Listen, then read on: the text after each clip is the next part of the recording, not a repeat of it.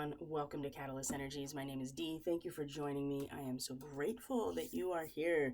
Welcome, Scorpio, Sun, Moon, and Rising. This is your full moon forecast. We're going to be looking at the main astrological themes for the Scorpio folks in particular from Tuesday, April 23rd. Let's go back a little bit here. Tuesday, April 23rd, up to our next new moon, which is in the sign of Taurus, and that will be on the 7th of May. So welcome back, everyone. Thank you for being here. I really appreciate all of you so very much. Special shout out to those who are members through Subscribestar, the STARSEED Fellowship, the Catalyst Classroom. Soon there's going to be another tier added to that, and I haven't come up with a name yet, so if you have any ideas, that would be great. Collaborative effort is how we roll over here. And of course, if you're new here, thank you for being here and taking the time to listen to this forecast. If you're a Scorpio, Sun, Moon, Rising, if you have strong Scorpio in your chart, in your progressions, your draconic chart, whatever location you are on the astrology journey, there is something here for all of us. So you know what to do. If you like this video, the content is helpful, you engage with it in the way that makes sense to you by subscribing, liking, commenting, sharing. We all know the drill here. So, but it's helpful reminder because sometimes you consistently listen to a channel, you really like their content, and you just kind of space out on hitting the like button or even just like actually writing down or typing out that comment that you have in your head. So when you do that, it does help all of your content creators that you engage with on a regular basis. So that is one of the benefits, I suppose, of this Aquarian-based digital social media reality. So it's all spectrum, right? It's not so much the technology, but how we use the technology. So Scorpio, you have two planetary rulers that are going to be very active in the next 2 weeks. Mars being one of your planetary rulers, the more personalized, more individualistic aspect of the Scorpio nature, and then Pluto, which is the final word, right? The Lord of Death and the underworld. Pluto is the representative of very large patterns, very large transpersonal energies. It's not a personalized energy, but of all of the signs, Scorpio, you are the most attuned to what Pluto does for all of us, what Pluto's role is, which is death and regeneration, right? Represents the cycle of going into the darkness, going into the death and regeneration process, and coming out anew. That is the process here in Earth School, right? Is this quote unquote 3D reality is self-perpetuating through this process, and accepting this is something, and being familiar with it, being attuned to it. Like I said, the Scorpio people, regardless where you find all that Scorpio, you're going to be more attuned to this process, more, I wouldn't say comfortable, but more sensitive to it as well. So Mars and Pluto are both going to be very active during this next 2 weeks.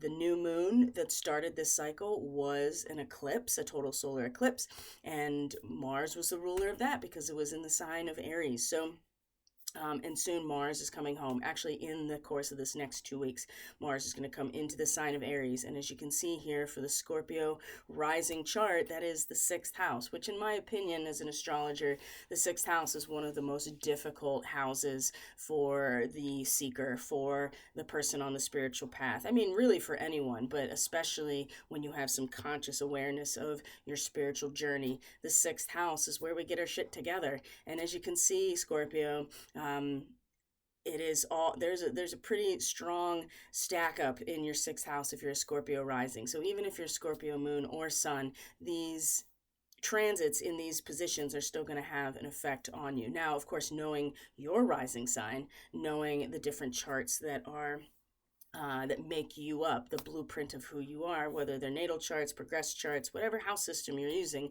you may find that Aries is in a different area of your chart. So it's important to know these things so that you can utilize astrology as an actual tool. So we are going to look at the Scorpio rising chart. We're going to be using whole sign astrology, right, where each house is a general archetype as opposed to each of the house cusps being at specific degrees. That's how I do personal readings. So knowing your birth time is important. But we're going to use whole sign astrology, and we're going to look at the next 2 weeks. So, Scorpio.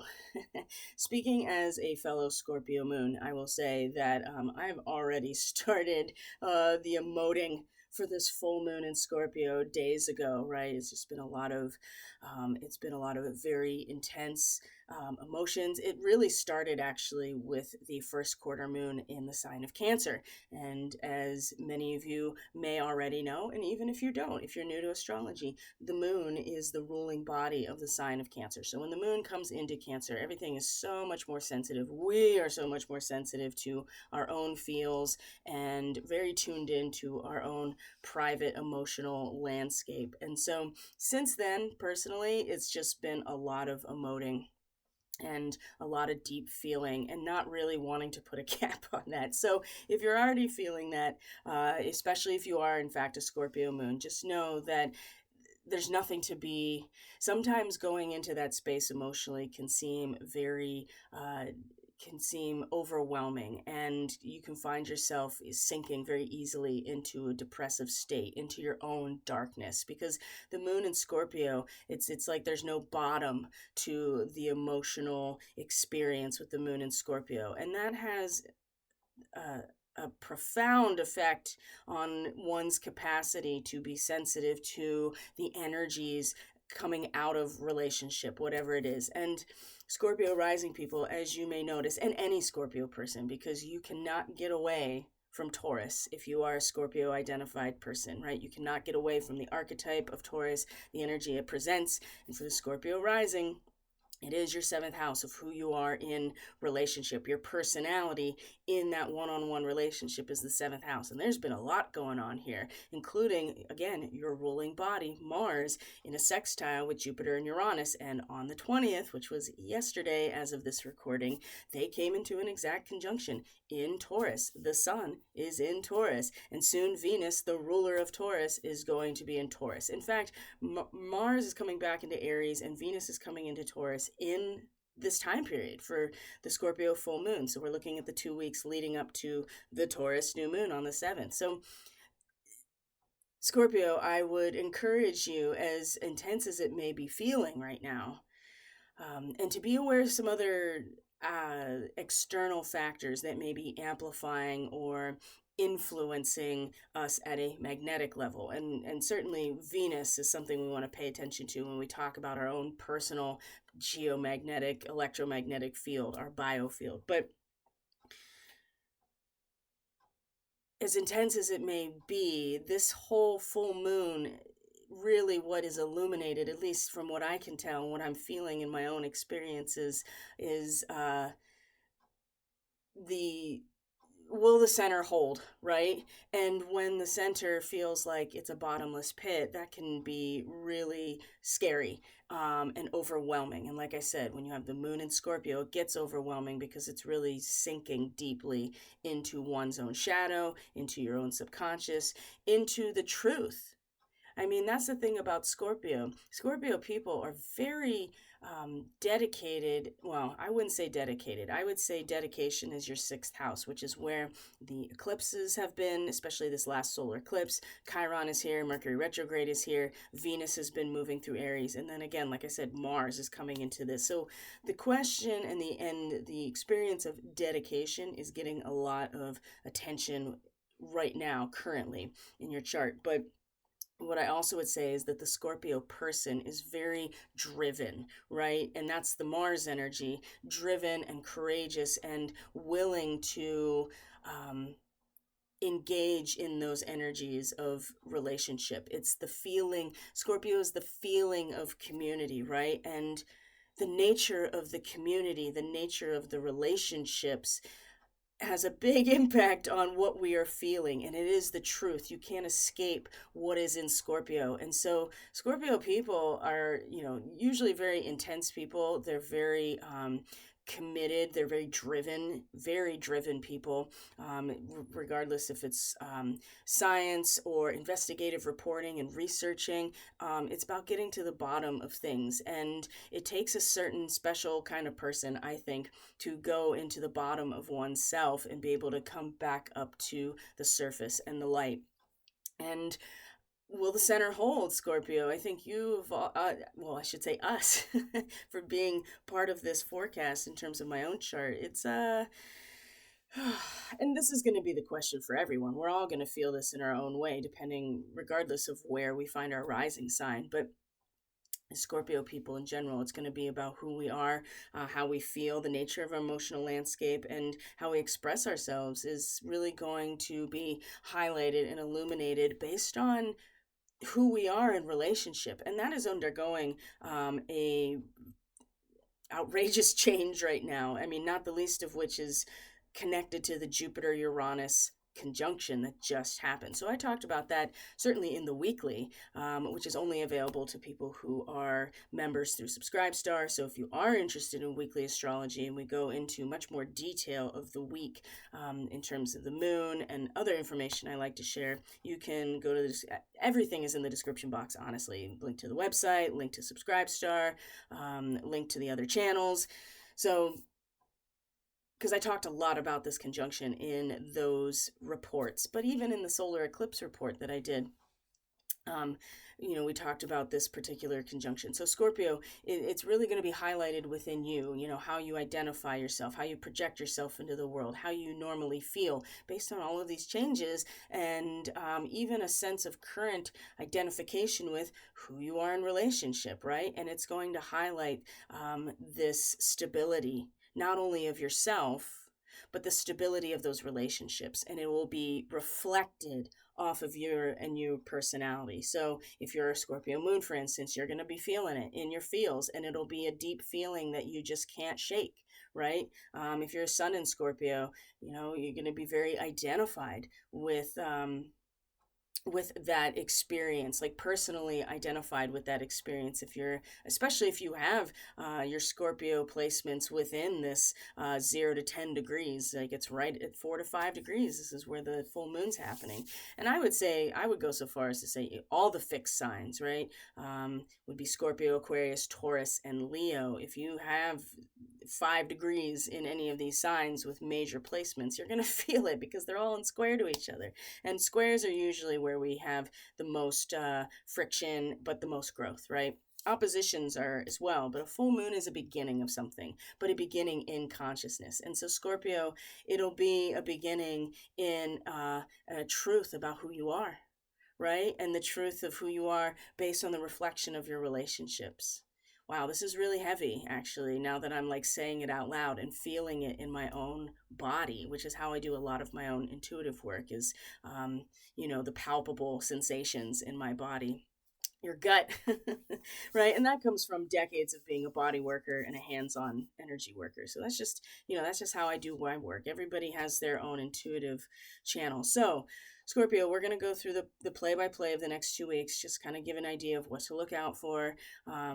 We're out of the eclipse window now. Mercury's going to station direct in your 6th house right after this full moon. And so the attention's going to come back to, especially with Mars coming into Aries, is going to come back to, okay, well, what are you doing on the day-to-day? What are your works and labors, your service? Your 6th house is your dedication. What are you dedicated to? What are you devoted to within yourself? And the devotion is not about anything other than conditioning and purifying you as an individual. That's the thing about the 6th house. It's where the rubber meets the road.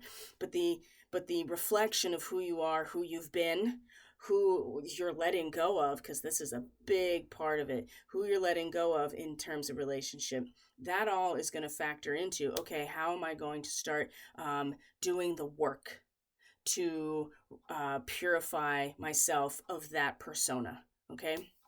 That is a big part of all of this. Now, so we'll be really getting into that as we go through. Now, Pluto is your other ruling planet, Scorpio. This is the part of you that is, powerful at a soul level, right? The Scorpio people understand the power that is born out of relationship at the level of true transformation, which is what Pluto really represents, right? But it's the transformation through the decay and the death and destruction of the material. Okay, so Pluto is about to station retrograde in Aquarius, right? So this is the fourth house for the Scorpio rising. This is the area of home, family, your personal life, your private life, your where your power comes from, your inner power. And now that Pluto is in Aquarius, for this, especially for the Scorpio rising people.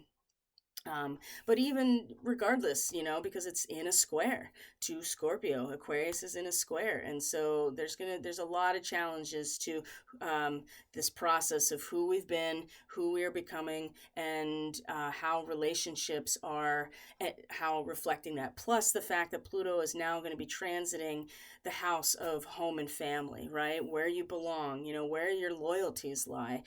Boy, this is, and the reason it's so heavy, I know, and I'm totally transparent about these things because somebody had made a comment to me very recently about doing these readings, and they're like, "Oh, how do you tell the difference between what is yours and what is a general read?" And I was like, "That's a great question." And the astrology chart certainly lends itself to being more objective and pragmatic, but um, and certainly when I'm reading for other people that are when I talk about their chart, it comes out, and those experiences have nothing to do with me. Like I don't have a personal, but I have a personal connection. Not only as a Scorpio moon, but there are people in my personal life that are going through something very, very difficult right now. We all are in my family that have that have this, and it's going to be really interesting and intense to watch it unfold. So Pluto's moving through the fourth house, right? Your home, your family, where your loyalties lie, where your power comes from. And Pluto going through that area, I mean, it's just destroying,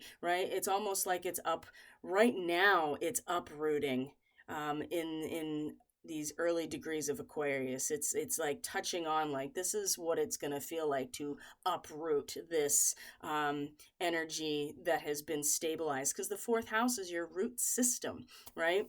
Now granted, for an Aquarius person, this root system and your home and family of origin has much more of a humanity vibe, right? That's Aquarius, is humanity as a whole. But even that goes through the wood chipper essentially with Pluto, right? Nothing goes untouched, right? With Pluto, everything in this dimension of experience is subject to universal, natural, divine law, God's law, right? There's no getting out of it. So Pluto is the agent of that, to be like, here, this is how it actually works. But through that process, there's the regeneration. So Scorpio, it's going to be simultaneously very intense, obviously, but Pluto is going to station retrograde in this area. And it's kind of a fallow period with Pluto when it's retrograde, right? You kind of feel the transformation much more within you as opposed to you interacting with the destruction or whatever Pluto's representing outside of you. So this retrograde is going to happen during this next 2 weeks. You see what I mean, Scorpio? Like, there's a lot of what you're personally identified with and how it's represented in our solar system through these planets and where they're positioned. There's just a lot of action, and there's a lot of really big change. Okay, now with the eclipses being in that 6th and 12th house, there are aspects karmically that are deep, that are unconscious, that are going to take some time to really fulfill themselves, especially the solar eclipse, right? That energy is not really going to be fully realized like a normal new moon, which is within the month. That energy is going to take 6 months. It's going to go deep underground. It's going to be incubating within the earth itself in terms of what are you going to do, doing the work. But in the meantime, there'll be other things much more easily accessible to your mind, to your action with Mars, of course, and then with Chiron, the wounded healer, all in this area of what's the next steps for you as you are letting go of who you've been, knowing who you perpetually and infinitely are. And I think Pluto in the fourth house is going to be a big player in this, because when the fourth house is where it really makes and breaks, right? The first three houses can easily be it's subject, object, and then cognition, right? The seed, the soil, and the first germ, right? And nothing is settled here. It's not till you get to the fourth house and have a root system that you become emotionally invested in yourself, in your family, where you're from. It's an emotional connection. And that's, the fourth house and the moon and Cancer have this very strong maternal protective feeling to it. It is the womb, so to speak, and the family can function that way. But you're going to really discover, the depth of your real connection and stability with all of these things going on, and deeply with Pluto, it's going to reveal and expose the root systems that need to be cut back, or if you need to be uprooted, or maybe, to give the resources when Pluto stations direct to deepen those roots somewhere else, right? It just depends on your own personal experiences and your chart and how it's all interacting. But these are the general themes here. So, first and foremost, we're going to share a couple things about some space weather, because it's really important, especially Scorpio people, any water sign, any earth sign, to be perfectly honest, paying attention to how we have a relationship with the sun, how it influences the planet at a magnetic level, how that influences us at a magnetic level. That way we know how to mitigate any negative effects in terms of like solar weather and space weather to our own health. And that is physical, that is spiritual, that's emotional, mental, right? The state of our biofield affects all of those things, right? And if you are a Scorpio person, you're going to be feeling that really, especially with a full moon in Scorpio. It's going to have an effect emotionally on how the lens in which you come out and really engage with those relationships. So when we talk about space weather, I just want to share a couple things here. So one of the things I have absolutely noticed here is the last week or so has been really tired, right? Really exhausted. People have reported to me in my bodywork practice and just in general, but people I see in my day job, basically, people have been talking about not sleeping well. I know for me personally that my internal chemistry, I can feel that it's off in certain ways. And so if you look at, this is the KP index, this is a measure of geomagnetic unrest. You can see that it was pretty elevated earlier in the week, and then we had a break, and then it got really high on Friday, and it's starting to taper off again. Now, both times the official forecast for these, and this is where our sunspots are. So sunspots are where we get solar flares from. They're most likely to come from these areas. And so when they're big and they have a black center, they're usually huge and very unstable and more prone to be flaring. So you can see that there are a ton of them facing us right now. But I want to go back and I'll show you that in a second. So it has been hard, right? It's been difficult and emotionally as well. So when the magnetic field of the planet is influenced by a solar wind or CMEs, right? Plasma from CMEs, it has an effect on the ionosphere, and that trickles down to us, right? And so people have a lot of symptoms. And you can go and look at the Schumann, and it's been kind of very correspondent to these things, whether or not that it's a natural reaction to an uptick in solar weather. If it is also if it's something else, that remains to be seen, and that's something that we each have to kind of go figure out for ourselves. I have my opinion, but I'm on the tube right now, so I'm not going to give it, because I want this video to actually, reach a larger audience. So, but I talk about these things on other channels much more openly. So you can see that there was geomagnetic unrest. Now, one thing I will say here is that both of the times that the official narrative was like, oh, we're going to forecast it, and then they canceled the forecast, it's because the impact was like a day late, and then we got impact that was even more. So that's something that I would pay attention to, the consistent misforecasting of things that then turn out to be a lot more impactful than was previously thought. And so, instead, one thing I would recommend is learning how your body feels in these situations, and that way you kind of have a sense of like, well, I could just look at the data, myself and come up with a likely forecast based on what I understand about all these things, right? And it requires you to do your homework. I mean, if you want to rely on someone else just telling you what's happening, then you actually are doing yourself a disservice by not fine tuning your own internal antenna, basically, right? Because that's going to give you the best information. So again, Moon in Scorpio, you're going to feel the feels of all of it, right? Not just your own feels, but you're going to be we're all going to be feeling the effects of the full moon in our actual internal landscape. And it's not just us, but we're going to be feeling the extent of the whole thing. Anyway, so that's one thing I will say, is that there is a coronal hole that is facing us, and that's these big black, they're holes in the corona, in the shell of the sun. And when those coronal holes are facing the planet, us, it creates a stream of solar wind, and so earthquake watch is going up. On the official narrative, which is spaceweather.com, they are not acknowledging that these are coronal holes, but other sources are. And my own two eyes are looking at these and go, those are coronal holes. They're going to be coming into alignment with us very soon, and that increases earthquake potentiality. So just keep an eye out for more seismic activity, and realize, and also the Schumann resonance. If you see another large spike of the Schumann and there isn't any solar weather that just happened, because it's pretty quiet right now, I would say that the instance of earthquake activity will go up tremendously. That's just my opinion. So that's the thing. You got to know your sources, and trust your own senses, right? We're being so led away from all of these things to trust our own senses.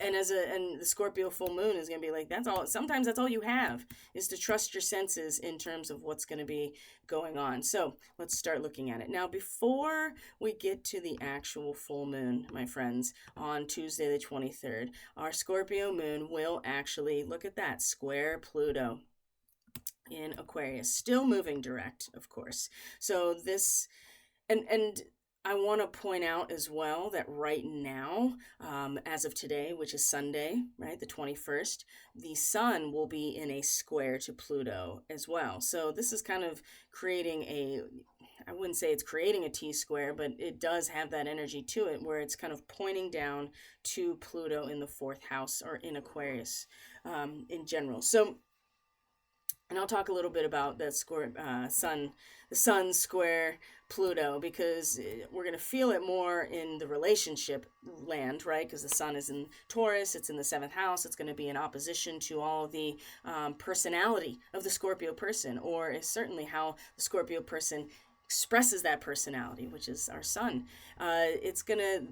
Those energies are going to be here, right? So there's definitely can be some frustration and some intensity with the sun square Pluto. Like, there's no doubt about that. And there's also a lot of power that can be drawn out of this square, right? That you can really get some energy to accomplish something, to get something going, and to just have a sense of personal power in general.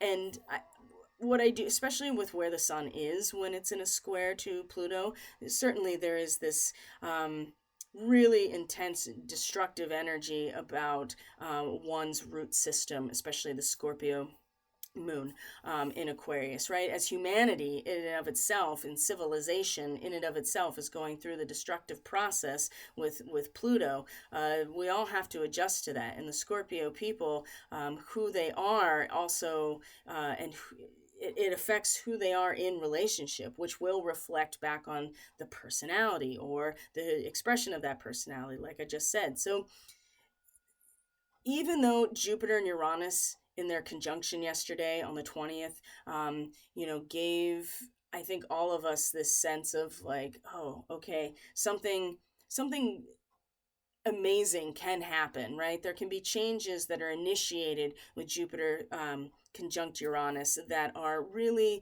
beneficial, especially in Taurus, that has to do with the natural growth process. And I would say that Scorpio people can be so driven, and they can get so intense, and they want to get to the bottom of things. They want to merge. They want the feeling of community, and that they want to deepen their connection so much that sometimes I think it can be difficult to be patient, which is a huge Taurus theme. Consciously patient, like, well, it has to grow on its own accord, right? Taurus is about the natural world. It's fixed Earth, right? It follows its own process of growth, and it is inherent resource, right? And that aspect of stability and patience and fertility with Taurus is very much who the Scorpio person is. They're dependable, they're patient, they can also be stubborn. They also can be kind of hyper, really situated on aesthetics and physicality and the senses, right, in relationship. Already? Wow. Okay. So much for that plan of keeping it at a certain amount of time. So be patient, Scorpio. I would say, especially with all of this energy in your seventh house and the fact that Venus here is just making you more and more focused and sensitive to and just aware of and ready for change in who you are in the relationship, the person that comes out in relationship. But this requires some awareness and some, revelation about the person you are, right? And that will give kind of an indication of like, this is where relationships in general, this is who I want to be in relationships, this is where I want to go, and just to stay focused on the fact that they come and go, right? They come and go. Relationships come and go. Nothing is permanent, right? And this is what this full moon really is about. So these squares to Pluto from the sun, and then certainly Venus during this time in the next 2 weeks will also square Pluto, and the fact that the moon is on the other side squaring Pluto. This is something to pay attention to, because it's very intense when the moon squares Pluto in general, and the moon is in Scorpio, right? Which is the territory of Pluto. So there can be compulsive and destructive behavior. There's deeply buried feelings exposed about oneself by kind of exposing what's the nature of the root system, home and family, where you feel your personal power comes from, your private life. When that gets exposed, especially when Pluto stations retrograde at this point, the feeling of community can and your association with that, right? It can be impacted, right, to the point where something is exposed that's really intense, right? And getting them out of your subconscious can be very healing. Now, you could also come into contact or be the perpetrator of all kinds of emotional power struggles with family or partners, right? Jealousy, manipulation, guilt tripping, bullying, all kinds of domestic violence or abuse can be involved when the moon squares Pluto. So this is a really high potentiality.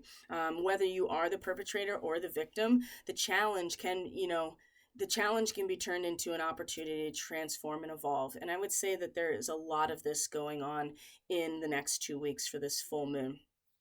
Conscious awareness helps deal with the dark areas of human nature, especially Scorpio, your own dark areas. Family secrets may be revealed, or some sort of embarrassing habit can be exposed, especially again when Pluto is making these destructive and exposing, what's going on in terms of home and family and these areas of where your loyalties lies, where you feel you belong, all these fourth house energies, whatever the case, you can eliminate these bad habits within yourself, right? Within yourself. And it's hard when you have this sense of, you want this feeling of community, you want this experience of community in some sort of connection or some sort of joint effort. But when you realize, like, I can't abide by this in this area anymore, that is going to cause a lot of intensity that's going to come to the surface. And then you have the full moon, right? Which is the moon opposite the sun. So the earth is in between the moon and the sun, but because things are at different longitudes relative to each other, then we get the full illumination of the sun, a full reflection of the sun on our moon, right? And so whether the honestly, whether you land on the land on the moon, whether you land on the moon as a physical object out there, which is kind of the mainstream narrative about the moon, or even if you're like, no, it's just a big ball of plasma, it kind of doesn't matter in terms of the astrology, because it still has the same impact on us archetypally and energetically. So I don't know why I even brought that up, just an aside, because, people are like, the moon is fake. And it's like, well, no, it's there. It's just we don't know, there's a likelihood that we actually don't know what exactly it is. So the full moon is a beginning in consciousness. And this is the full revelation, the reflection of the sun's light in our own soul. Right? In our own experience, the soul in this experience. This is managed by the moon in astrology. We adapt. It is the living soul living the incarnation. So let's go over some of the imagery of this full moon. So 5 degrees Taurus. We always round up for Sabian symbols. 4 to 5 degrees Taurus. A widow at an open grave, and it represents the impermanence of all material and social bonds. That's really important, right? We get kind of caught up with Taurus as being like, the material resource aspect and materiality, the physical earth, but it's also relationships. And that's why Venus always seems to be associated with relationship, because it is a social bond. It is something that is tangible, right? All natural compounds decay. That's just all there is to it, right? And so the void is the great challenge, right? The widow at the open grave. The loss has already happened. It's about confronting that and going like, now what? The void is the great challenge. Beyond the personal attachment rises the possibility of participating in a larger sphere of existence. Are you ready to discard the past? Especially for the Scorpio rising, in whatever is oppositional to your personality, how you express that. So for the Scorpio rising, it'll be in relationship, right?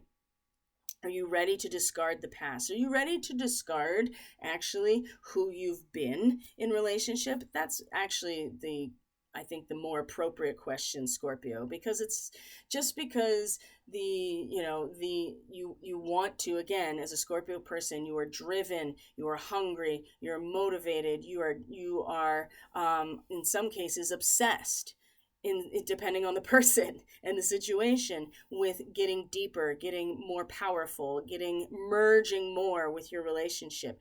And the thing is that the energy born out of those relationships, whatever they are, you become set by that rhythm, right? That's the thing about Scorpio, is that, that's the trade-off. As you get intense and you have these experiences of getting to the truth, getting to the bottom, getting into your own darkness and shadow, but then you are also, especially with the moon, you're very,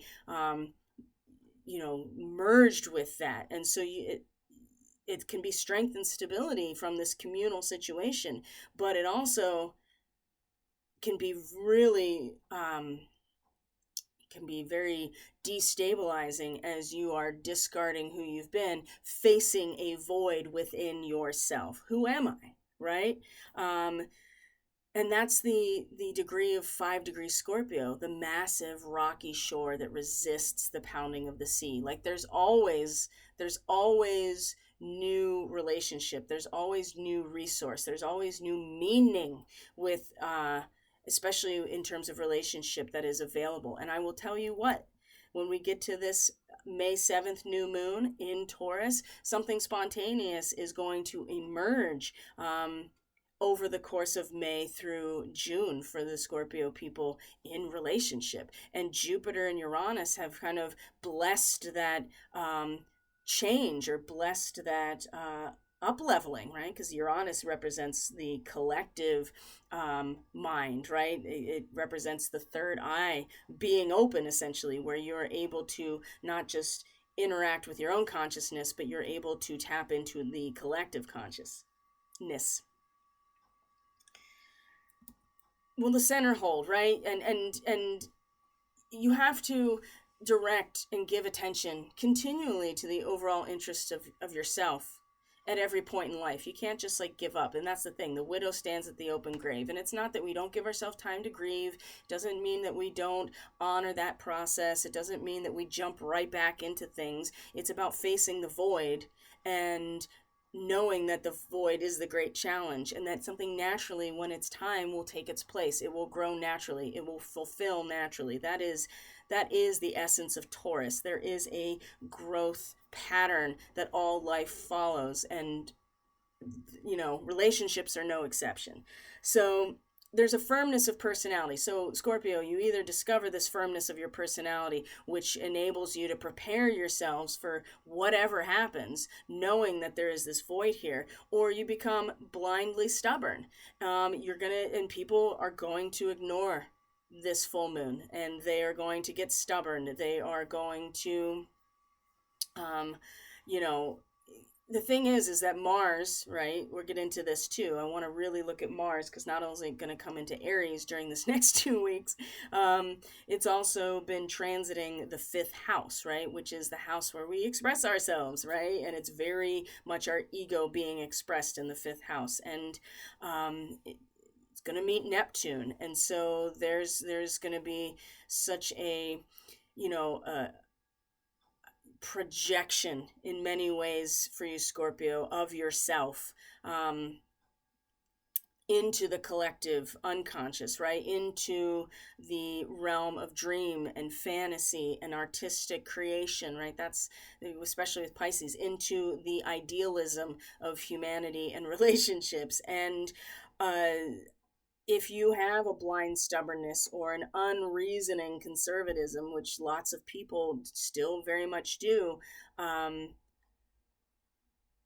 when this next new moon happens and the cycle that initiates from May into June is going to if you ignore this, you'll just be set by the rhythms of whatever relationships you're unconsciously part of, right? Or the relationships that have already died, right? If you're just continuing to foster relationship with a person, with a social bond, with anything that is already gone, then that's going to be the nature of who you are in these relationships. And when you're set by that rhythm, that is a very dark place, and that leads to some beyond blind stubbornness. I mean, that's going to lead to some serious issues in the summer. So Scorpio, you won't be able to avoid it. You know what I mean? Like the full moon in your sign is just going to be highlighting those parts of yourself. So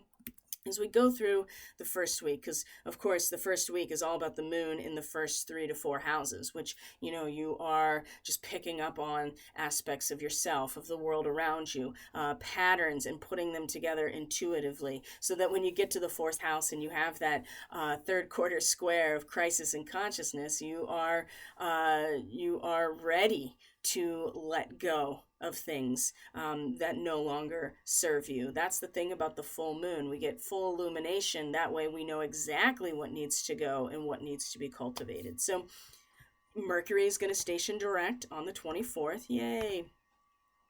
It's pretty much come into conjunction with the north node of the moon, so the head of the dragon, right? So Scorpio rising folks, the north node in Aries, I mean, it's about what are you going to do? It's about you putting one foot in front of the other at an unconscious level, at a driven soul level. We're all being driven in this direction. And,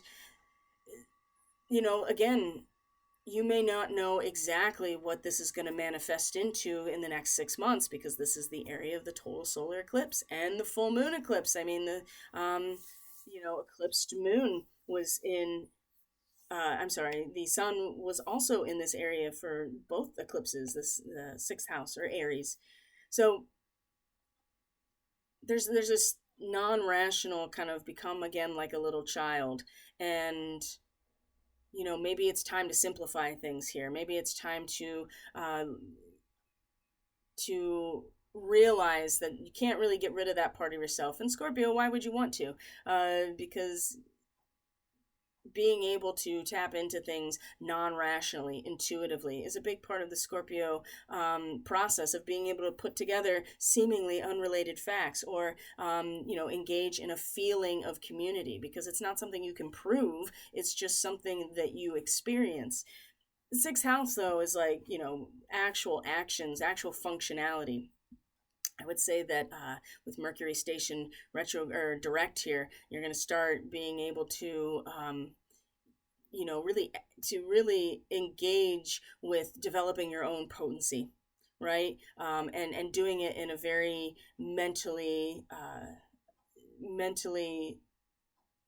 instinctual and spontaneous way. That's, Mercury in Aries is very instinctual, spontaneous. It's fresh, it's bold, it's outward, right? It's not necessarily thinking, it's just kind of doing the analytical work here.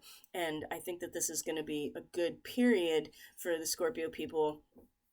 And then Mars is going to come into this area and really put that energy, that drive behind that process. So it's important now also with this Mercury stationing direct to be like, what have I learned in the last couple of weeks about my works and labors, my service, my devotion and dedication? Like, what is it that I'm doing to purify myself, right? What is it that I'm doing to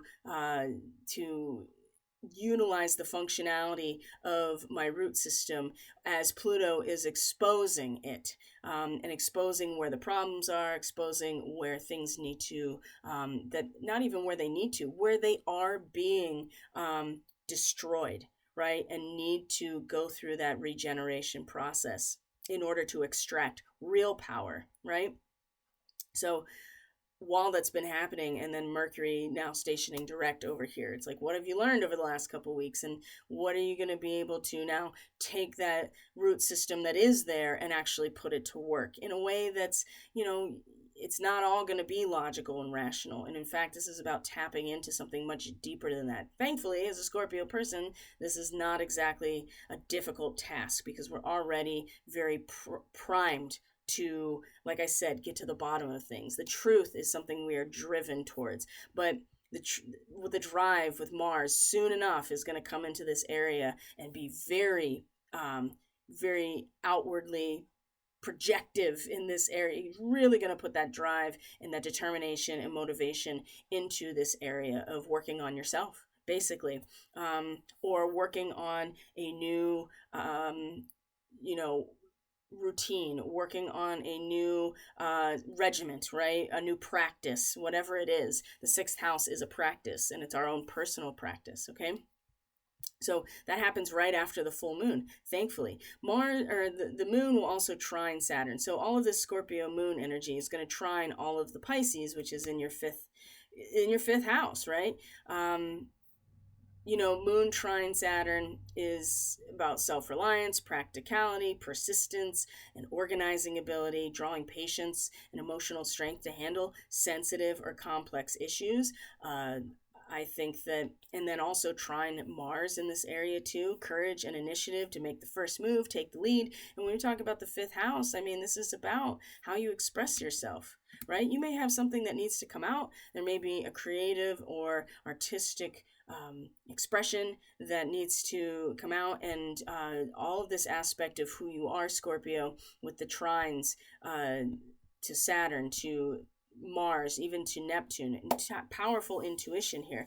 These areas are going to really benefit from you really emotionally kind of tuning into yourself and who you are, right? And those aspects that drive you and motivate you for a feeling of community. So it just comes out as this emotional dependability and stability, this intuitive sense of like going after what you're passionate about, expressing your passion, intuitively knowing what to do. And then there's this intercession, right? There is and really sensitizes your emotions around that, right? You feel very connected to humanity and want to express that, right? Powerful intuition.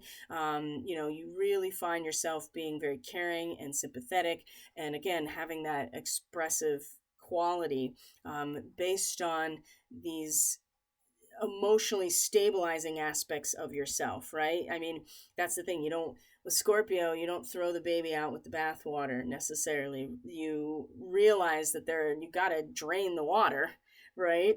And there are parts of ourselves that need to go, and they've needed to go, and um, maybe things we've had no control over that we still have to now step into that process of discarding that past, even if we didn't want to discard it, even if we didn't have a choice in the matter.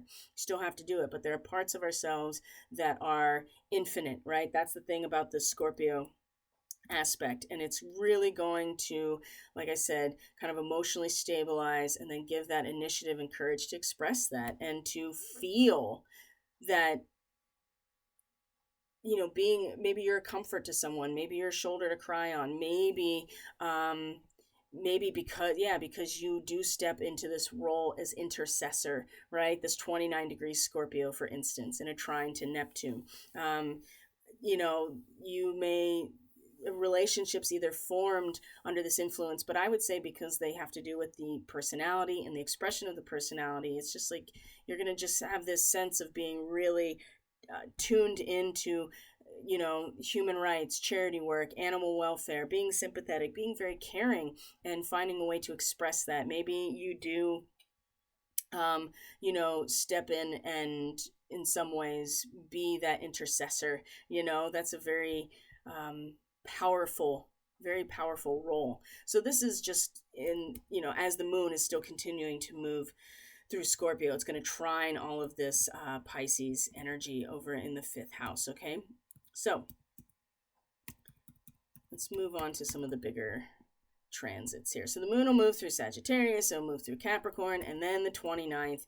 So, as this is where the weeklies come in, right? That you're able to get a sense of what the moon's doing throughout the week and get some more information on these transits. But the moon moves to the second house, it's going to move through the third house, as you can see here, and Mars is coming into a conjunction with Neptune. So again, remember, Mars is one of your ruling planets. It's the one that's more personally connected to you.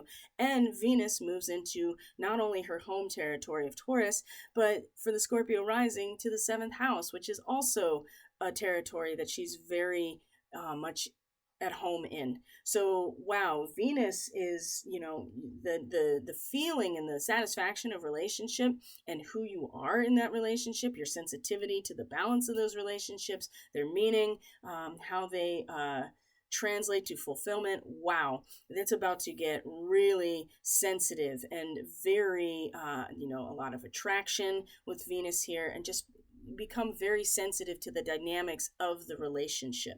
Okay, and at this point, Mars and Neptune have come into a conjunction, right? At these last degrees of Pisces, which is your fifth house, right? So you can feel very romantic and sensual depending on what's going on in that seventh house, but also paranoid and delusional when Mars and Neptune come together. And again, you're going to feeling this expression of these things. So you're going to feel this, I think, drive to express yourself either in this way or especially if you're very sensitive and easily scared. It's important that you take some precautions in this. If you're very sensitive, especially like if you are a moon in Scorpio, take precautions here because this could be a very intense moment.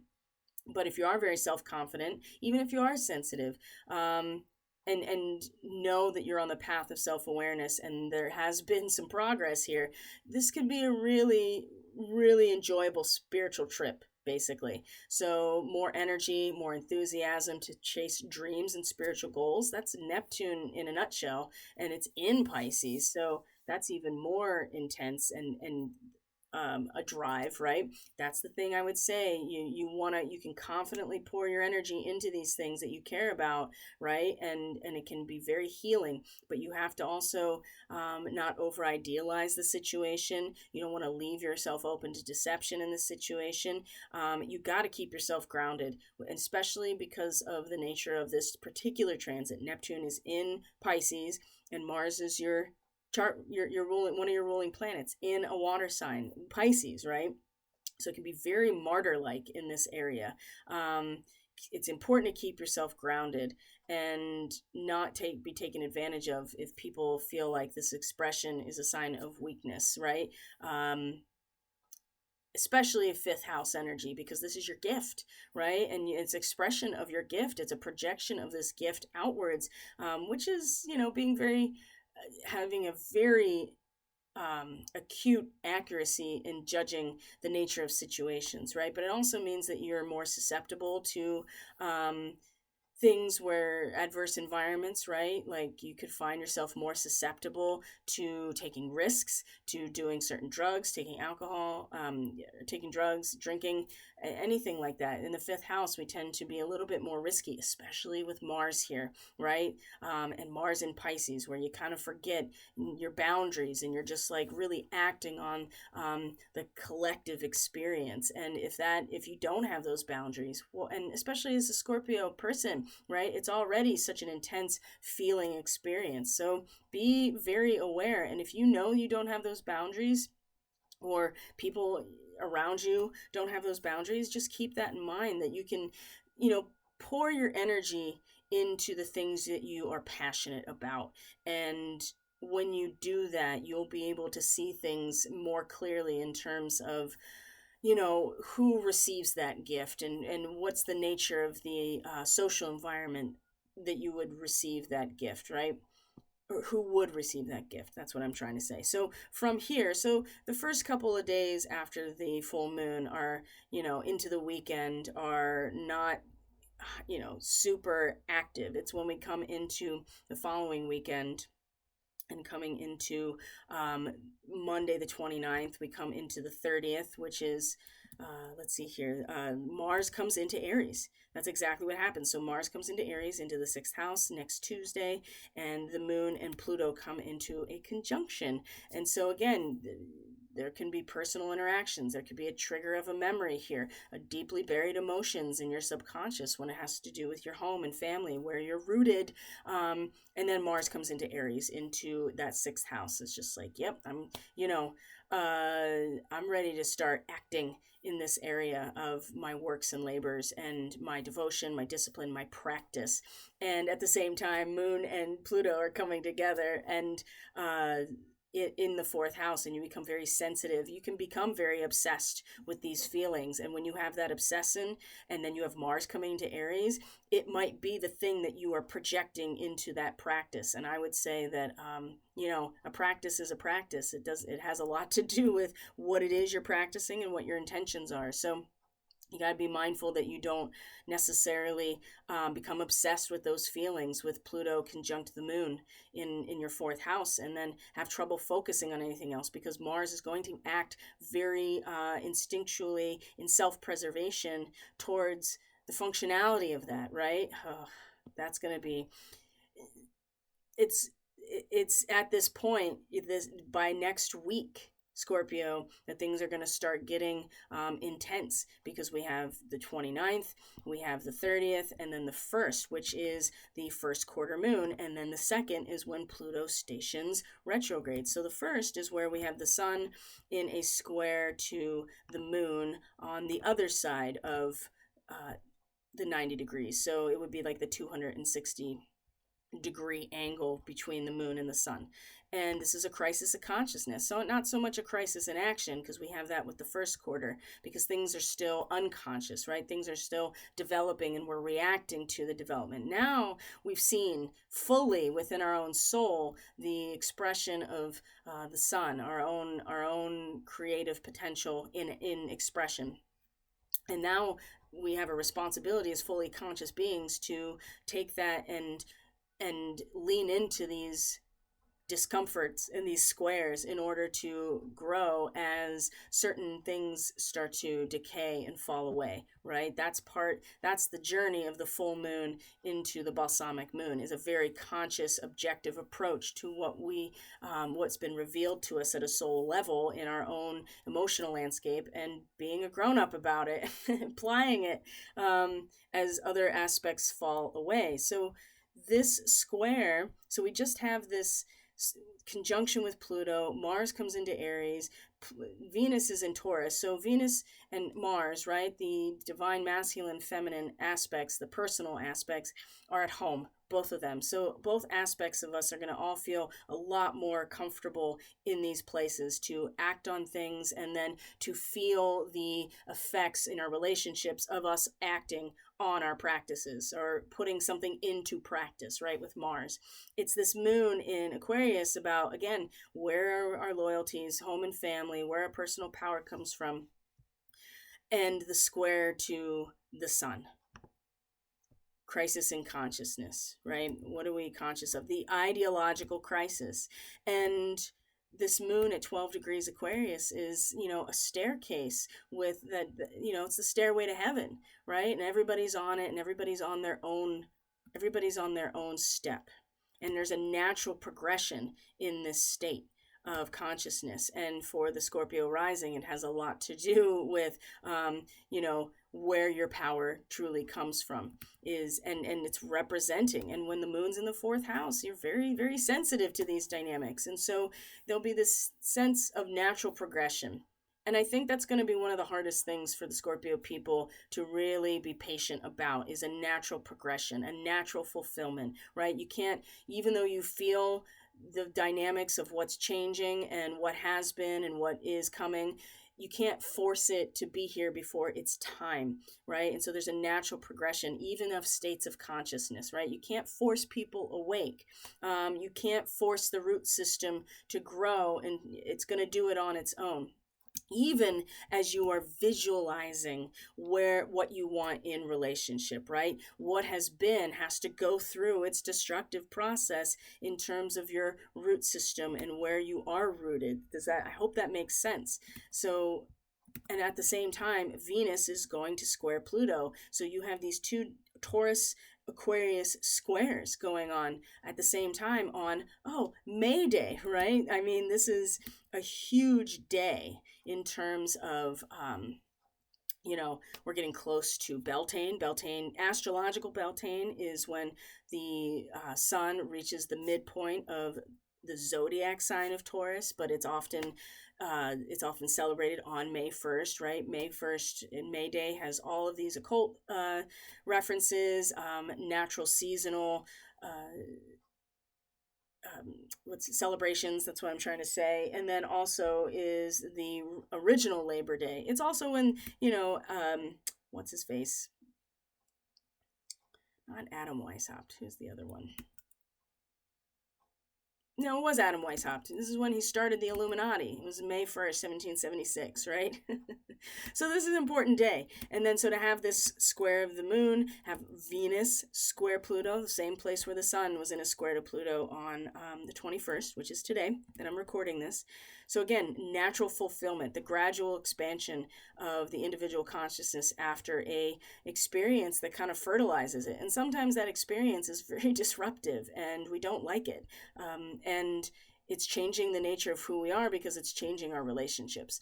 And especially for the Scorpio people, that's what I mean. Not all of us, but all of us who are Scorpio people. So Venus in Taurus is really going to situate it into a sensitivity, right? We're really going to be sensitive to this natural fulfillment.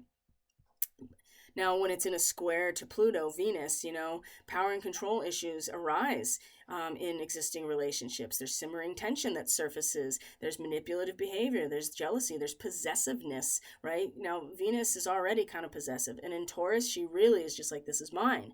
And then when we're talking about a square to Pluto, which is like nothing belongs to us in the physical. Nothing. It's all on loan from God or the universe or nature, right? We have to give it all back.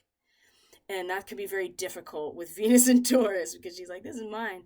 At the root of such behaviors is a deeply buried fear or insecurity, right? That we're not going to have relationship because of the things at the root level within ourselves that are getting destroyed about home and family of origin, where we belong, where we think we belong.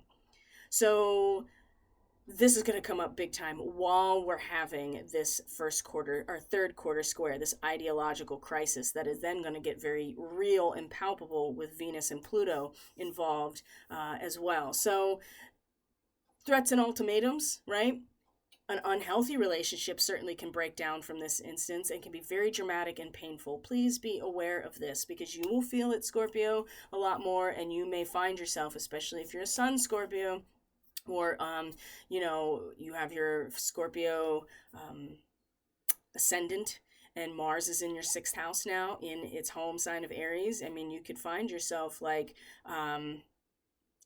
initiating the things that are dramatic and painful. But a very well-based relationship can withstand the intensity of this transit. And I think, again, the full moon highlighting for all the Scorpio people, like, where's the center? Is it going to hold while all of this is changing? You know, this nature of who you are, who we are, is it going to change while the details all around are going through their natural process? So some kind of transformation can be undertaken even in a well-based relationship, right? The intensity is still going to initiate some sort of change or transformation, maybe in a good way. There's new love that's possible, especially for Scorpio people, and we're talking about relationships, Venus and Taurus in your seventh house. There's definitely new love that's possible here, but it could be infatuation and not real. So be very aware of that. Now, Pluto is going to station retrograde on the third, as we're going to see. So the moon will be moving through its third quarter phase, will come into the fifth house, which means it's going to be all of the Saturn and Neptune Pisces energy. If you feel very moody, very expressive here, but Pluto's going to station retrograde, and as you can see, by the time we get to the third, it'll be in its full-on retrograde, and it'll be there until probably, I would say, September, October probably. So Mars, though, now that that's retrograde, Mars is going to sextile it, as you can see here, and I think that's on the third as well. Yeah, on the third. So that's the following Friday. So we have May Day, we have the quarter square, we have Venus square Pluto. It's going to be an intense chunk of time at this third, major ideological crises here. And then we have Mars sextile Pluto. Now, this can give a lot of energy to achieve goals, right? There's this sense of what's now being exposed in terms of the root system of the individual, especially for the Scorpio rising. What's being exposed here, in terms of the destruction of humanity as an idea, civilization. It gives tremendous energy to achieve your goals and your passionate desires. Well, that's being projected for the Scorpio rising very directly to the sixth house of your practice.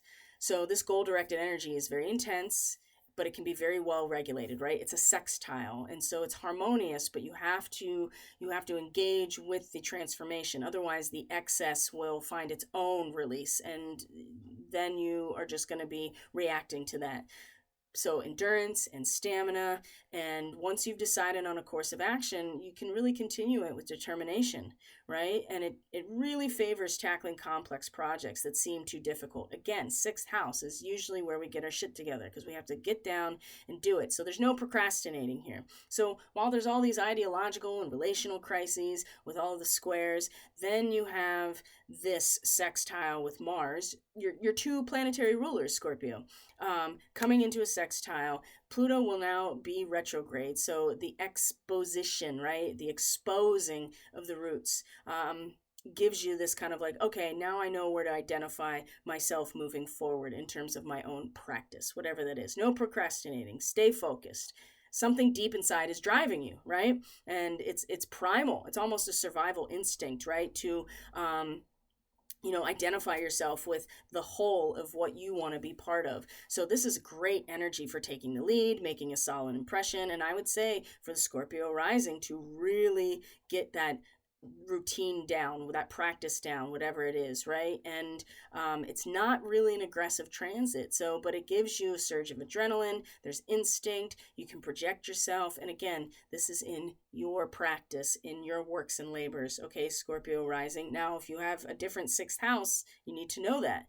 And then that really kind of rounds it out until we get to the balsamic moon, which really starts on the 4th into the 5th and the 6th. And so we're going to have one last major transit, which is Mercury conjunct Chiron.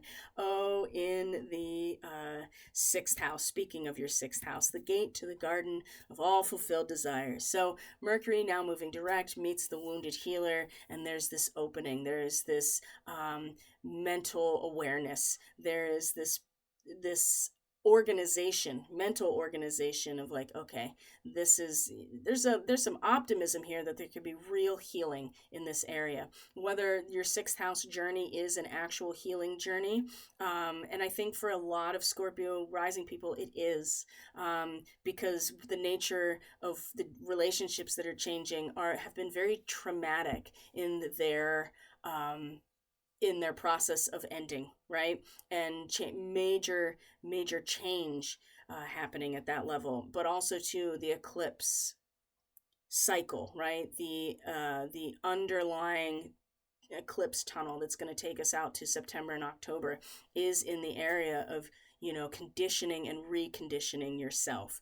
And so it's this before the next new moon, which is in Taurus, this conjunction with Mercury and Chiron in the sixth house. And truly, these are the two bodies that rule the sixth house, right? Mercury rules Virgo, which is the sixth house, and Chiron, at least in my read, rules the sixth house. So there's an optimism here. There is this sense of like, I can do this. I can heal, right? And I can still be optimistic within my own practice, within my own healing journey, whatever it is, knowing that relationships will naturally change, that I will naturally change as relationships are discarded and new ones come into my life, or even the nature of existing relationships are going through a process of dying or have already died, right? And so big change for all of us, but certainly Scorpio, the healing journey seems to be a huge component of this, not only this eclipse season, and even in the last couple, right? Because of the Aries Libra axis, but this time period for the Scorpio rising, you can see that there's transition from the individual expression and how it influences relationship. And that will always reflect back onto who you are, how you express yourself, or how you feel ultimately, based on who you are in your relationship. So Scorpio, I hope you found this forecast helpful. If you do, please consider subscribing, commenting, liking, sharing. If you are interested in weekly astrology and a bunch of other benefits to membership, you can follow the link to Subscribestar in the description box. I am on sabbatical from personal readings right now. I am still offering Reiki sessions, but I'm going to be taking down the reading portions of my store on my website. I just need a break for a little while to do my own work, right? I mean, that's the thing about being a Scorpio moon too. I know that there's a lot happening, and I have, just like so many other people, some really traumatic and intense experiences since the beginning of the Lunar New Year and the Year of the Dragon. Oh, that reminds me. One last thing that I really want to bring out is that asteroid Juno has been retrograde up until today in the sign of Virgo. And in fact, this asteroid, Juno, right? She's your advocate. She is, Juno is the wife of Zeus, right? Juno represents the balancing of knowledge, right? Is the advocate for those scales of justice, right? Like, so about like a courtroom advocate. That's what Juno represents. She represents that balance, right? The details of it.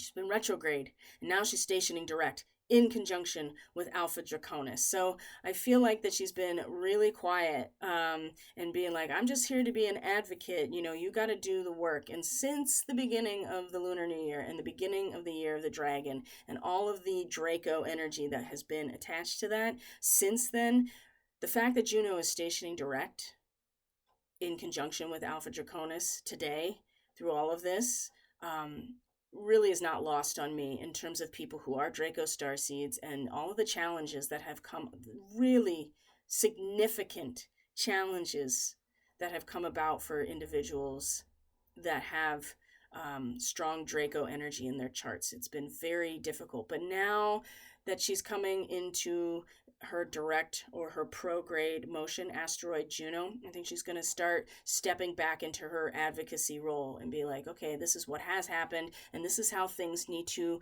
realign based on the work this individual has done. And a lot of that's happened with Venus in the 6th house for Scorpio rising. Mercury's retrograde, right? I mean, that's a big part of it too. There's a lot of learning and recalculating at this level with the Mercury retrograde. So hold fast, especially if you've got strong Draco in your chart. Your advocacy. And for the Scorpio rising person, I mean, this is your 11th house, your community as a whole, right? Your social environment as a whole. And so there also will be some rebalancing here in terms of any work you've been doing on yourself as a person with strong Draco in your chart, especially if you have any strong Scorpio. So everything you need is in the description box below. Thank you for being here. I truly appreciate all of you so very much. I'll see you on the next video, which will be our new moon in Taurus. Take care, everyone.